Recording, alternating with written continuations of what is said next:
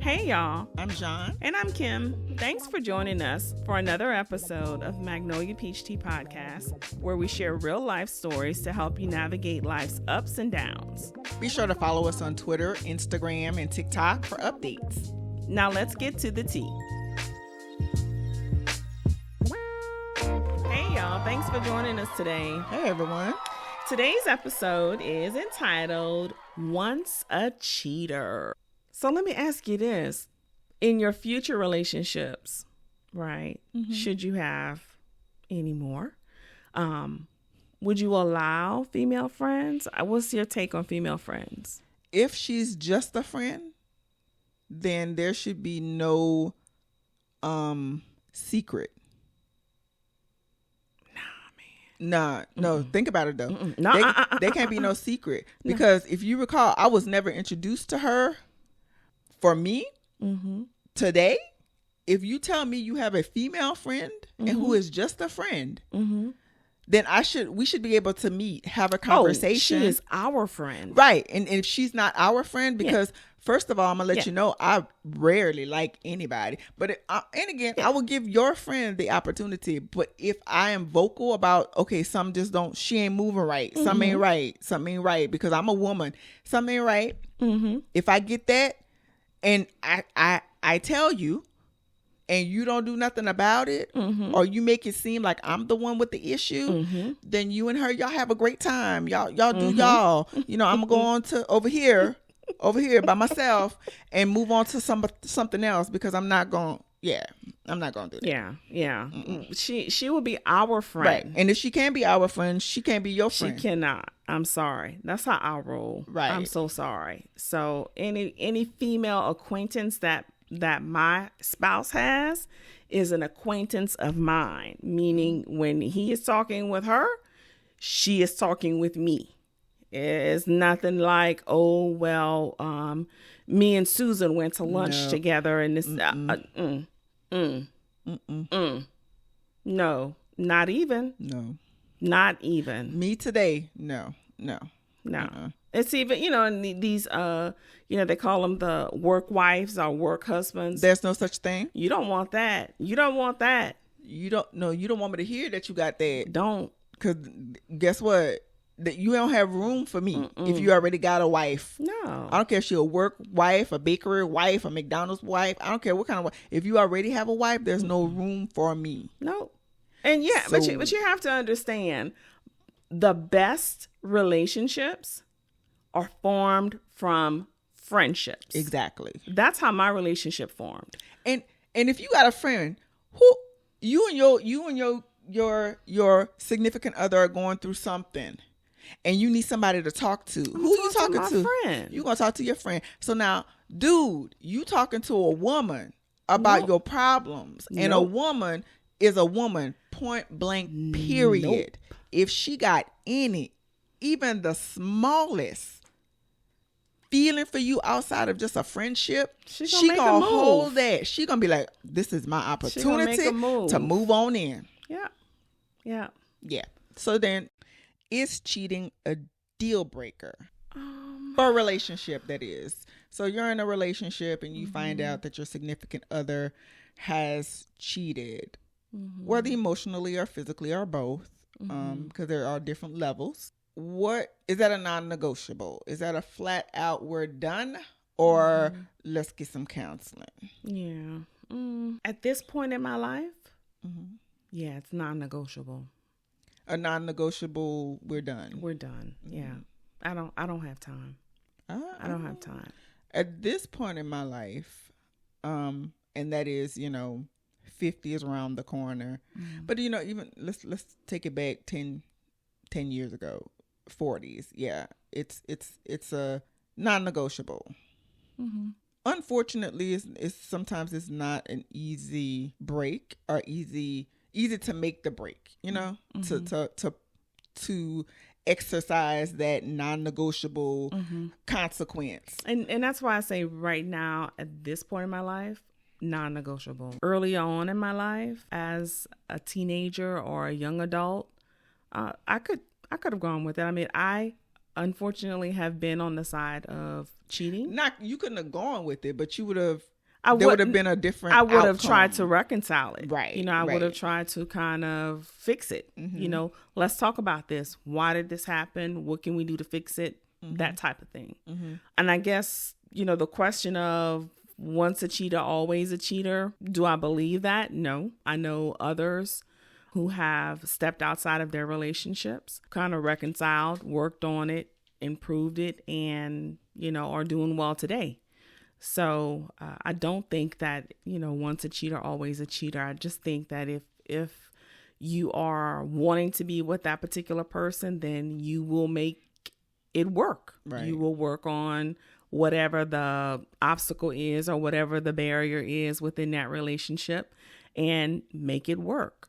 So do you think that decision comes with maturity? Because Yes. like you said, like early 20s or even your 20s, early 30s, do you think you have that mental maturity?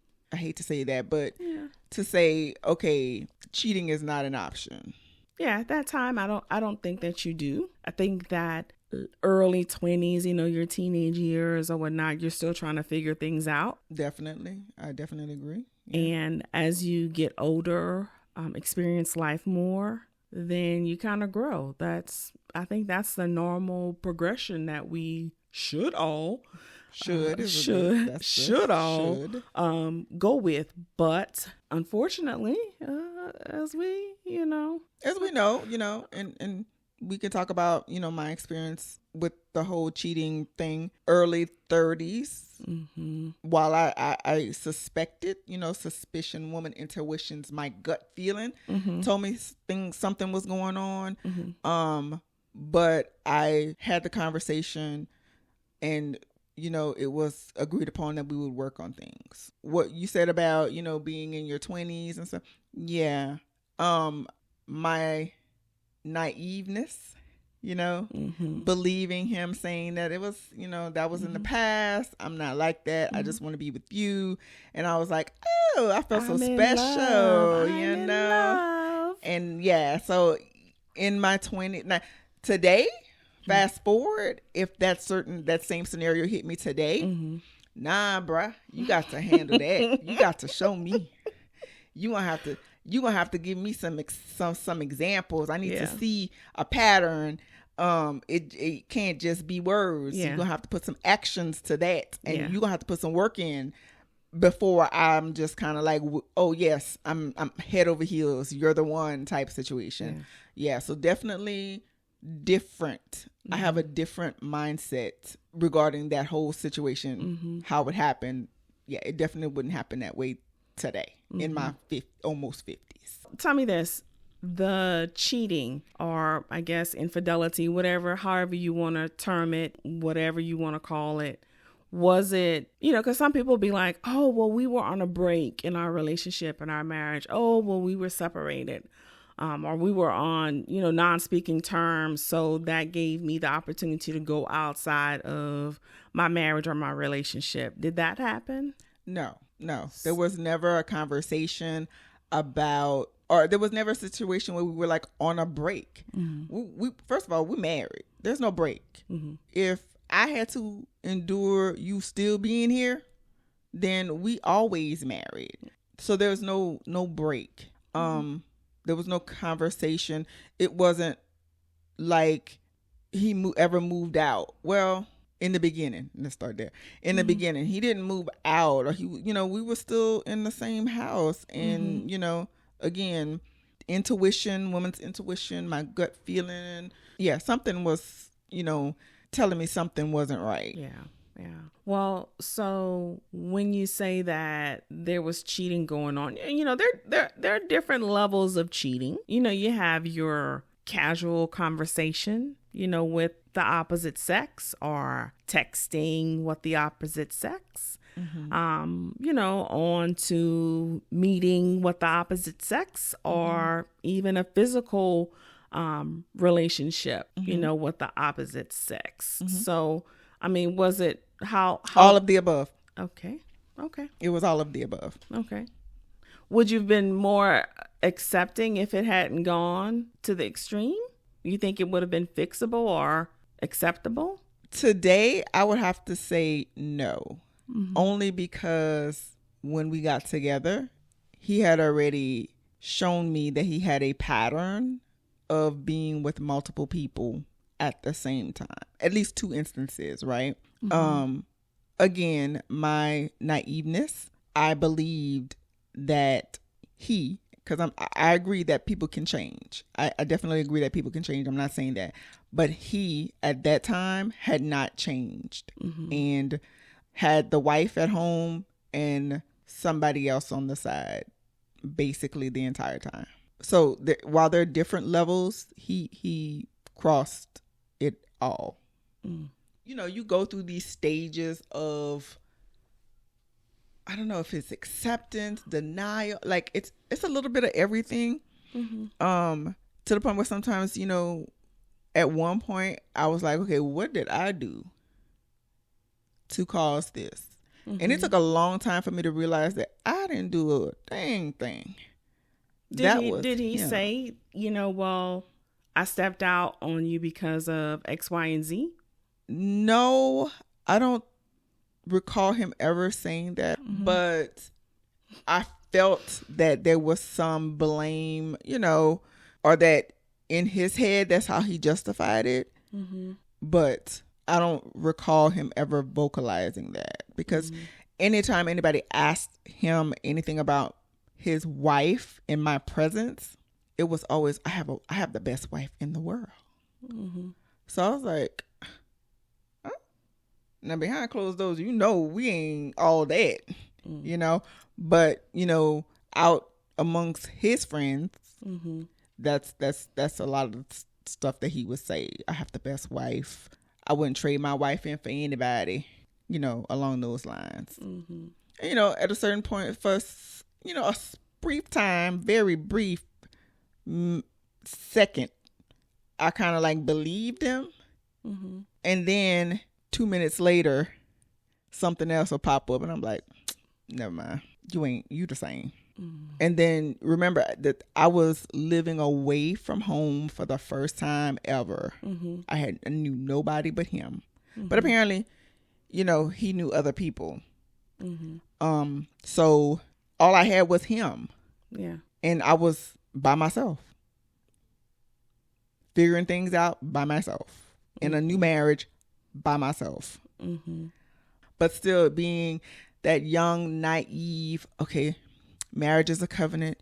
You got to work through things. You can work through, and we're going to pray about it. And all is everything's going to be all right.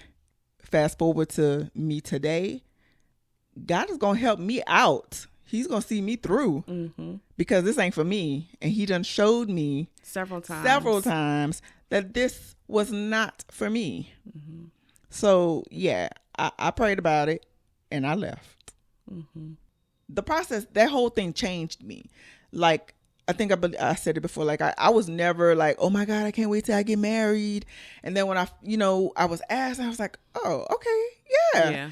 And then to find out that this happened before 5 years of marriage, like, it was devastating. And it took a toll on me mentally. It changed me emotionally, I guess you want to say, to the point where I became a little bit hard and a little bit like just angry. Don't give a fuck. Right. Right. And then I ended up lashing out at people who didn't even deserve it. The McDonald's people, they didn't deserve that. I mean, I probably could have said the same thing differently, but you know, I was angry a lot, and it took a long time for me to kind of overcome that or to work through that, so that I'm not, you know, passing that on to the next person, or passing that on to, or even just living with it and having it fester and bring me down. Yeah, I think that's the hard part. Just sitting there and just living with it. I can't. That would eat me up. And remember, I didn't tell my family anything about any. It was embarrassing, and it was kind of like I was trying to avoid the "I told you, girl" conversation. So, you know, because I fought because it wasn't all strawberries and cream when I said I was getting married. It didn't go over. Oh yeah. It didn't go over as well. No doubt. No. I was there. So I had to fight. I had to push people to be in his corner. Yeah. We were like, only for people to you sure? later. You sure? Yeah, and now I gotta eat crow because you were right. You were sure? right. And she was like, yeah, watch. Y'all gonna see, yeah. And so we were like, okay, you sure this is what you want? Yeah, this is what I want. Okay, not a problem. And it turned out to be one of the worst decisions I've ever made. Yeah. But one thing. Well, it was a bad decision, but it also was a decision that caused me to grow as a person and be more confident. And I find that I take a lot of that confidence that I kind of that whole process brought me through into my work, because I'm very confident in my job. Sometimes I feel like I'm a little bit too confident because I get the nickname Bulldog and all this such, because when I have an idea or if I have an opinion about something, I'm very vocal about it. I don't hide things. I don't sugarcoat to a certain degree. Depends on what the scenario is. But at my job, people come to me with scenarios that they want to get my opinion about, or they want me to, funnel that up to the powers that be, because they know I can be, not so much demanding, but I'm passionate about the things that I know or the things that I'm for. And I will push it that way. And I think that that's because of the situation that I was in.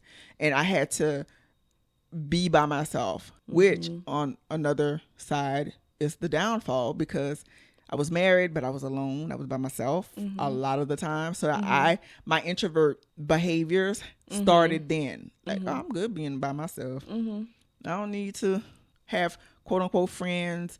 And then with the friend thing, it's like I married somebody who I thought was my friend and ended up stabbing me in the back multiple times. So now I don't want to do that with nobody else. I don't want to have to find out that somebody who I spent time getting to form a relationship with, even if it's just a friendship, is bogus. Like, you wasting my time. So not to have all of that disappointment, I'm stay by myself. I got a sister, brother, I got a mama. We'll talk on the phone and I'm good. I might have asked you this before. Any regrets? Regrets that I didn't do it sooner. Regrets that I didn't do it after the first child, which would have freed my life up significantly. That's the regret, is that I didn't do it. Like, my regret is that it took so long for me to grow within myself, or to be confident within myself. Because even though I was doing it alone, there was still a part of me thinking that, oh, we're together, we're a team, even though we weren't moving as a team. Because I was just faking it. Exactly. I was just like, oh, but we're married. Y'all were faking it on the outside. Y'all were trying. I mean, because to his friends too. Well, those that weren't in on it with him cheating, but to his friends, and he was telling, oh, my wife is the best thing since sliced bread. He was faking it too, right? Y'all were faking it to family, oh, everything good. Oh, Unfortunately, I had to fake the funk and then, get in the car and do the woosah. Like, whew, I felt like I could kind of like let go, let loose, and then go back home and have to deal with that, if he was home, he was home. Sometimes he came in the next morning as I was going out. So no days like that, honey. Now for me, my non-negotiables, if I can't be the only one, I don't want to be one at all. So yeah, we good. Again, nice meeting you, bro. We don't need to forge anything outside of what this is. No way. Yeah. Yeah.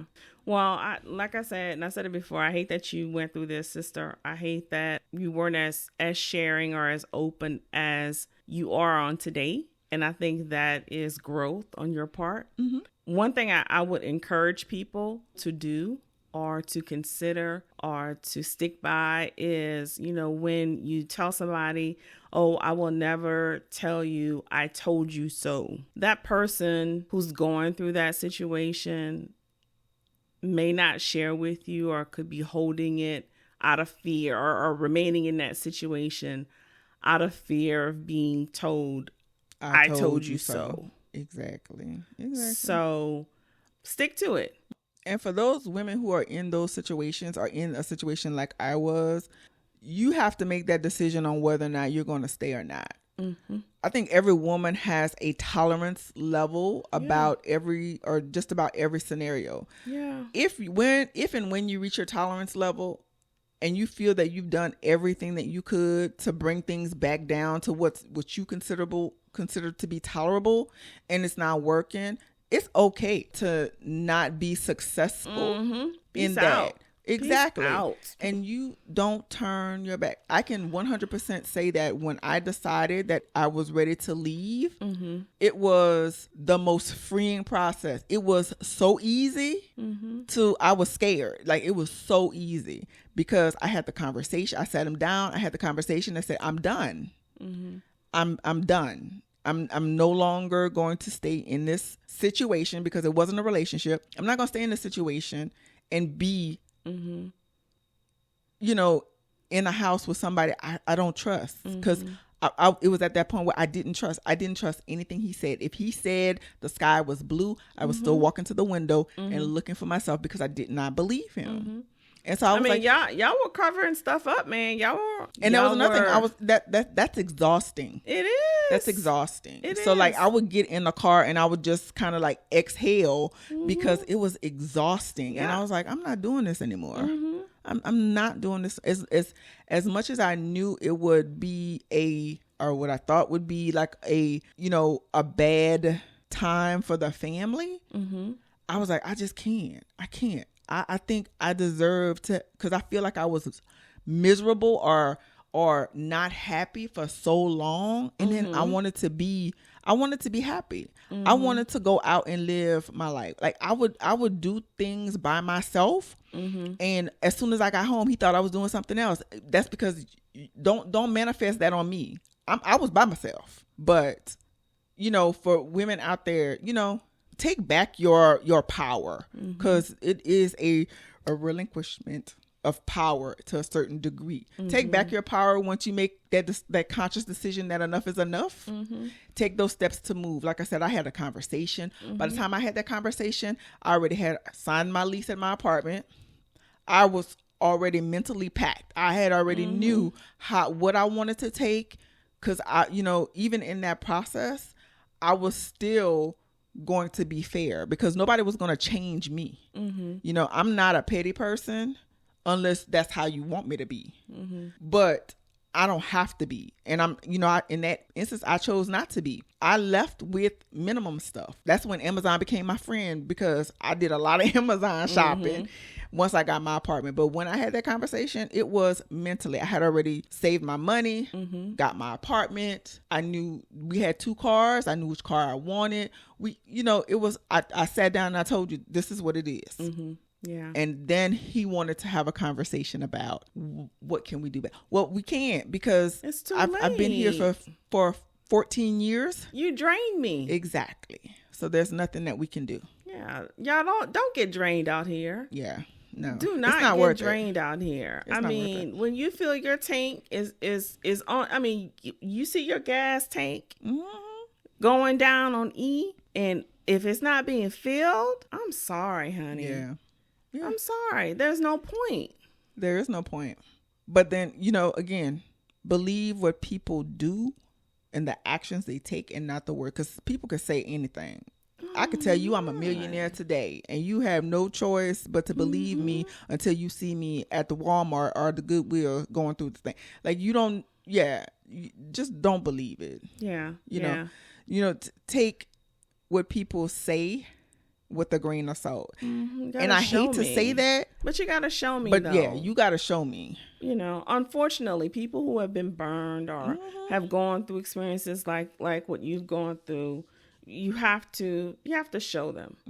You have to show them. So, but hopefully, you know, this will give somebody some, like, either whether you're anticipating, in the process of, or you have suspicions. For women out there, suspicion, I'm saying not even women, people, men, women, anybody in general in a relationship, if you have a suspicion, say something.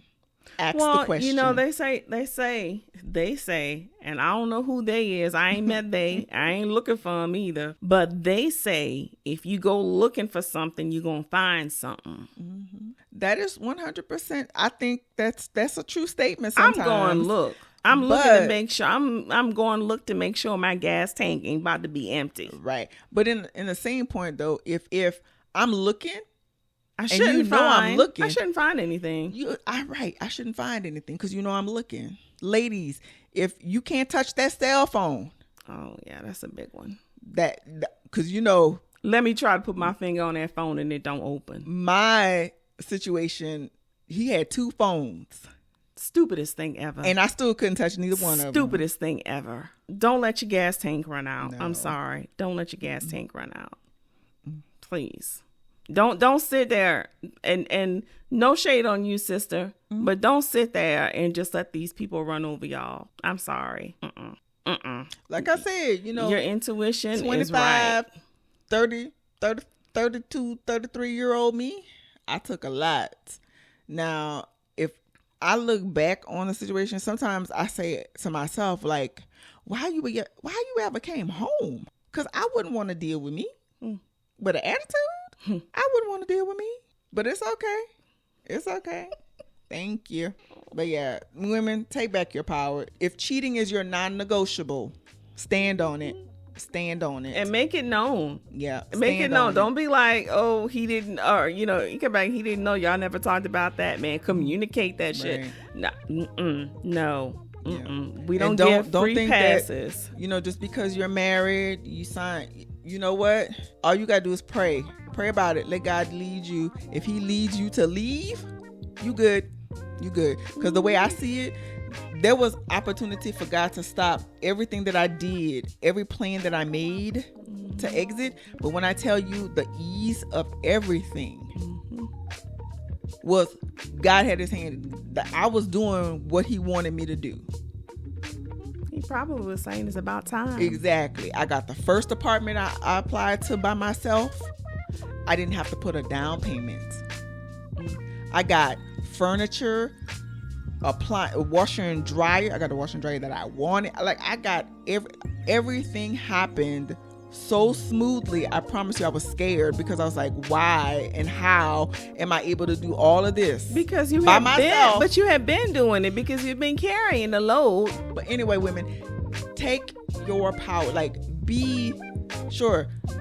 Stand on your non-negotiables. That's like from my lesson from me back then to me today at almost 50 is I know what my non-negotiables are and I'm standing on it. If you can't deal with them or you can't comply or if they don't fall in line with your non-negotiables, peace out, bruh. Hey, it was nice knowing you. We had good conversation. Hey, God bless. Exactly. Listen to my podcast. Subscribe. But that's it. I don't have a issue with walking away. Yeah. And that's a benefit. I think some time ago you asked me what was a good thing about the relationship. My growth and knowing and being able to walk away. Yeah, I think that's a good one. That's a good one.